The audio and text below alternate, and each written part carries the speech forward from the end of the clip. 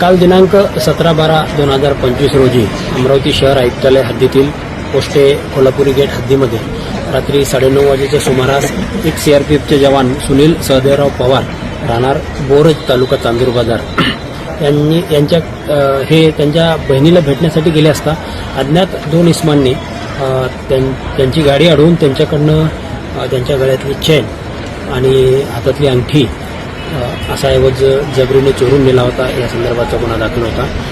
गुन्हे शाखेच्या पथकाने अवघ्या 8 तासात सदरचा हा गंभीर गुन्हा अतिशय कौशल्याचा वापर करून उघडकीस आणलेला आहे। दोन्ही आरोपीला अटक करून जो मुद्देमाल गेलेला होता तो